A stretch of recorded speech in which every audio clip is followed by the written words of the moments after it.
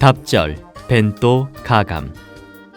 이런 한자어와 일본어를 건널목, 도시락, 덧셈과 뺄셈이라는 우리말 단어로 바꿔서 사용하게 한 국어학자가 있다. 바로 한글 연구와 보급에 평생을 바친 외솔 최연배 선생이다. 외솔 최연배 선생은 현재 기본이 되는 국어 문법 체계를 확립하는 데 큰 역할을 했을 뿐 아니라 한글 운동의 대표적인 이론가이며 진취적인 실천가였다.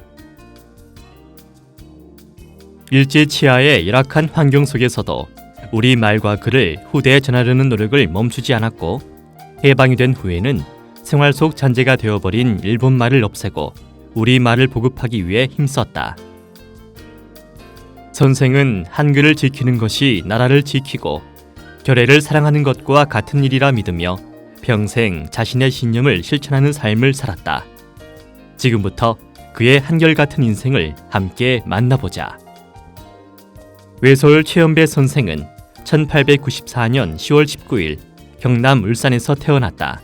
울산은 전국에서 3.1 만세운동이 가장 치열했던 곳으로, 이곳에서 태어나고 자란 소년 외솔의 마음속에는 자연스레 나라와 결의에 대한 사랑이 강하게 자리 잡게 된다. 외솔은 서당을 다니던 어린 시절부터 남다른 총명함으로 동네의 소문난 수재였다. 한문 교육을 모두 마친 14살부터는 울산 병영에 설립된 일신학교에 들어가 새로운 교육도 받게 되었다. 1910년 일신학교를 졸업한 뒤 주시경 선생이 가르치는 조선어 강습원에 나가게 되면서 본격적으로 한글에 대한 중요성을 절감하고 그에 대한 공부를 시작했다. 그 후 향학열에 불타던 외솔은 일본으로 유학을 감행, 히로시마 고등사범학교와 교토대학 문학부를 거쳐 교육학을 전공하게 된다. 1926년 4월 다시 한국으로 돌아와 지금의 연세대학교인 연희전문학교의 교수로 취임했다. 외솔은 한글 교육을 통한 독립운동을 꾸준히 하였는데, 이로 인해 흥업구락부 사건, 조선어 학회 사건 등으로 위기에 처하기도 하였다. 1942년에는 조선어 학회 사건으로 해방이 될 때까지 함흥형무소에서 3년간 옥중 생활을 했다.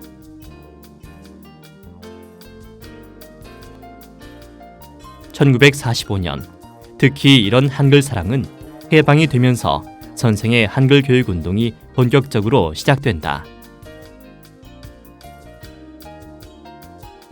1945년 51년 두 차례 문교부 편수국장으로 재직하면서 보다 많은 사람들이 올바른 한글 교육을 받을 수 있도록 한글 교과서를 만들었다. 1949년에는 한글학회 이사장에 취임하게 되고 이후 20년간 한글을 정리하고 보급하는 일에 앞장서게 된다. 선생의 주도하에 한글학회에서는 국어학 사전, 우리말 발음 사전 등 국어 교육과 관련된 여러 사전을 편찬하였고, 이것들은 지금도 널리 사용되고 있다. 뿐만 아니라 연세대학교, 동아대학교의 교수로 재직하면서 후학들을 양성하였고, 한글 전용 촉진회 위원장, 세종대왕 기념사업회 대표이사 등 국어 사용 운동의 중심적인 인물로 활발하게 활동했다. 1955년에는 그간의 공로와 업적을 인정받아 제1회 대한민국 학술원 공로상을 수상하였다. 저서와 강의에만 국한되지 않고 일반 대중들의 한글 사용에도 많은 관심을 기울였다. 1950년대부터 문장의 가로쓰기와 한글 전용 신문 제작이 필요하다며 목소리를 높였고, 한글날 단 하루만이라도 한글 신문을 만들어서 국민들에게 보여주고 싶어 했다. 그러한 노력들은 오늘날 한글 사용의 대중화에 토대가 되었을 것이다. 무엇보다 이승만 대통령의 한글 간소화 파동 때 한글에 대한 선생의 사랑이 여실히 드러난다.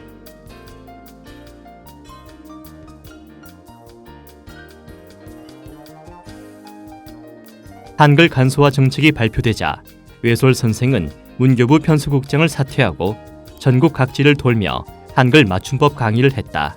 나중에는 대통령을 직접 찾아서 간소화 반대 이유에 대해 설명할 정도로 열정적인 모습을 보였다. 이렇게 나라를 빼앗기는 위기와 강압적인 정권을 겪으면서도 평생 한글 연구와 국어 교육을 위해 힘쓴 외솔 최연배 선생. 그에게 한글이란 단순한 문자나 학문이 아니라 결의의 생명이요 민족의 목숨과도 같은 것이었다. 그리고 그러한 자신의 소신을 이루기 위해 노력하는 선구자였다.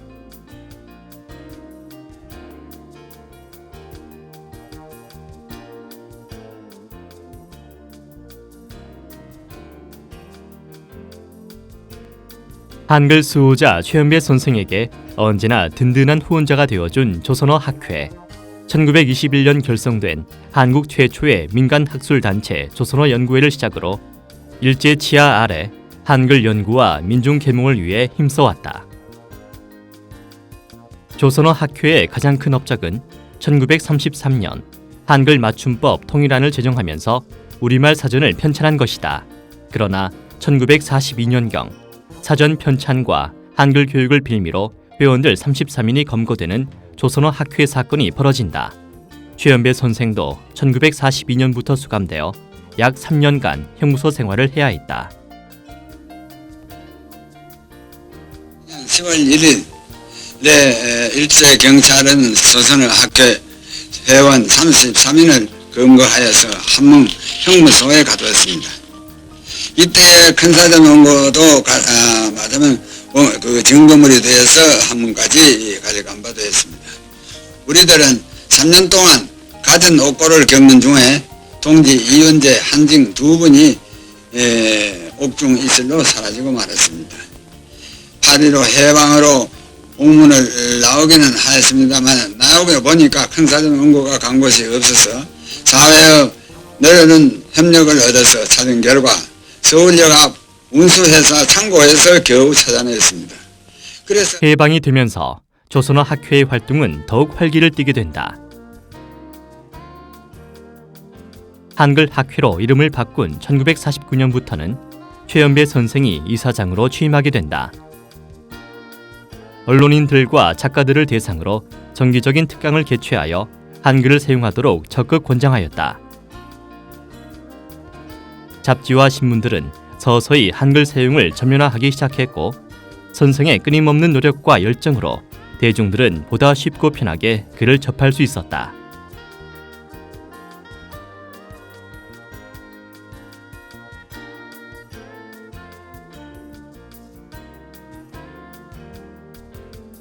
최연배 선생의 대표적인 저서이자 해방 직후 최고의 베스트셀러였던 우리말본. 총 907쪽의 방대한 분량으로 외솔 선생이 17년간 작업 끝에 완성한 국어 문법서다. 음성학을 다룬 소리갈과 품사를 구분해준 시갈, 문장 표현을 알려주는 월갈 등 순수 한글 용어를 사용하고 풍부한 예문이 제시되어 세계적인 수준의 문법서로 손꼽히고 있다. 많은 사람들이 한글 문법의 기본 틀을 알고 쉽게 사용하는 것은 선생의 저서를 통해 문법의 체계가 완전히 다듬어졌기 때문이다. 현재 나와 있는 국어사전과 문법서들은 모두 이 책을 모체로 하고 있다고 해도 과언이 아닐 것이다. 우리말본이 한글의 체계를 세웠다면 한글갈은 민족의 정신을 지켜준 저서라 할 수 있다.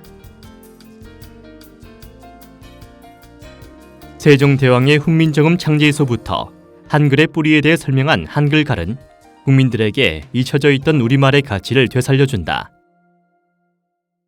한글이 전 세계에서 가장 과학적이고 실용적인 문자이며 그것을 개발한 한민족의 우수성을 강조하고 있다. 이러한 한글의 우수성은 현재 정보화 시대 어느 문자보다도 빠른 정보 전달과 최근에 외국에서 한글을 공식 언어로 채택하여 사용함을 통해 확인되고 있다. 그러한 선생의 목소리는 해방 직후 공허함에 시달리던 민중들에게는 정신적 지주가 되었고 자신감을 심어주었다. 중국, 일본 등에서 살던 해외 동포들에게는 정체성을 회양시키고 낯선 타국의 땅에서 살아갈 수 있는 원동력이 되었다. 한글에 대한 열정과 자부심으로 평생을 살아온 외솔 최연배 선생. 그는 후손들에게 한글의 우수성을 다시 한번 깨닫게 해주었고 새로운 문화 창조가 가능할 수 있는 한글의 대중화를 실현시켰다.